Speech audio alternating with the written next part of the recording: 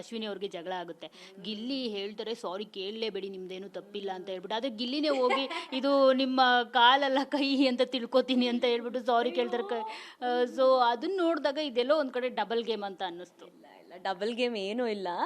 ನಾನು ಗಿಲ್ಲಿ ಪರ ತಗೊತಾ ಇದ್ದೀನಿ ಅಂತ ಅಲ್ಲ, ನಾನು ಅವನ್ನ ಅಷ್ಟು ಕ್ಲೋಸ್ ಆಗಿ ಅರ್ಥ ಮಾಡ್ಕೊಂಡಿರೋದಕ್ಕೆ ನನಗೆ ಅವನ ಜೊತೆ ಮಾತ್ರ ಕನೆಕ್ಷನ್ ಬೇಕು ಅಂತ ಇರೋದು.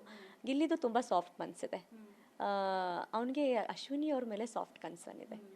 ನಾನು ಎಷ್ಟೊಂದು ಸತಿ ಹೇಳಿದ್ದೀನಿ ಅಶ್ವಿನಿ ಅವ್ರಿಗೇನೆ, ನೀವು ಹತ್ಬಿಟ್ರೆ ಒಂದು ಸಹಿಸಲ್ಲ, ನೀವು ಸಟ್ಪೋಗಿದ್ರೆ ಒಂದು ಸಹಿಸಲ್ಲ, ನೋಡಿ ಯೋಚನೆ ಮಾಡಿ ಅಂತೆಲ್ಲ ನಾನೇ ರೇಗಿಸಿದ್ದೀನಿ, ತುಂಬ ಸತಿ ಹೇಳಿದ್ದೀನಿ. ಅವ್ನು ಅಳ್ತಾಯಿದ್ರು, ಅಶ್ವಿನಿ ಅವ್ರು ಅಳ್ತಾಯಿದ್ರು. ಇವ್ನಿಗೆ ಗೊತ್ತಾ, ಹಿಂಗೆ ನೋಡ್ಬಿಟ್ಟು ಅಳು ಅಳು ಅಳು ಅಂದಾಗ ಪಾಪ ಅಳ್ತಾ ಇದ್ದಾರೆ ಅಲ್ವಾ, ಹಿಂಗೆ ಅವನದು. ಅಲ್ಲ ನಿಜವಾಗ್ಲೂ ಇದು ತುಂಬ ತೇಜೋದೆ ಮತ್ತು ತುಂಬ ನೋವು ಮಾಡ್ತಾನೆ. ಸತ್ಯನೇ ಹೇಳ್ತಾರೆ ಗಿಲ್ಲಿ, ಬಟ್ ತುಂಬ ನೋವಾಗುತ್ತೆ. ನನಗೆ ನೋವಾಗಿದೆ ಹಾನೆಸ್ಟ್ಲಿ ಸ್ಪೀಕಿಂಗ್. ನನಗೆ ಆ ನೋವು ಆಗಿ ಆ ಸಲಿಗೆಯಿಂದನೇ ಆ ಇನ್ಸಿಡೆಂಟ್ ಆಗಿದ್ದು ಕೂಡ. ಯಾಕೋ ಗೊತ್ತಿದ್ದು ಗೊತ್ತಿಲ್ಲದೆ ನನಗೆ ನೋವು ಮಾಡ್ತೀಯ, ಅವನು ಗೊತ್ತು ಟ್ರಿಗರ್ ಪಾಯಿಂಟ್, ಗೊತ್ತಿದ್ದು ಟಚ್ ಮಾಡಿಬಿಟ್ಟಲ್ಲ, ನೀನು ಮಾಡಬಾರ್ದಿತ್ತ.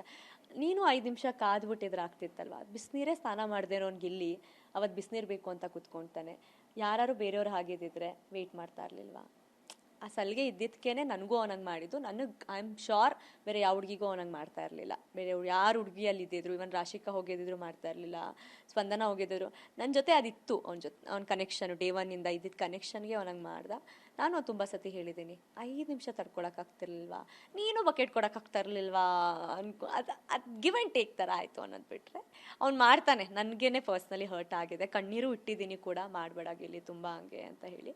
ಅವನು ಸರಿ ಬಿಡು ಈಸಿಗೋ ಅಂತ ತಗೊತಿದ್ದಾನೆ. ಅದು ಯಾವತ್ತೋ ಒಂದಿನ ಮುಳ್ಳಾಗ್ಬೋದು. ಅದನ್ನು ಆ ಪಾಠ ಕಲ್ತು ಬಂದರೆ ಬಿಗ್ ಬಾಸ್ ಮನೇಲಿ ಗಿಲ್ಲಿಗಿನ್ ಯಾವತ್ತೂ ಸೋಲಿಲ್ಲ ಅಂತ ನಾನು ಅರ್ಥ ಮಾಡ್ಕೊತೀನಿ.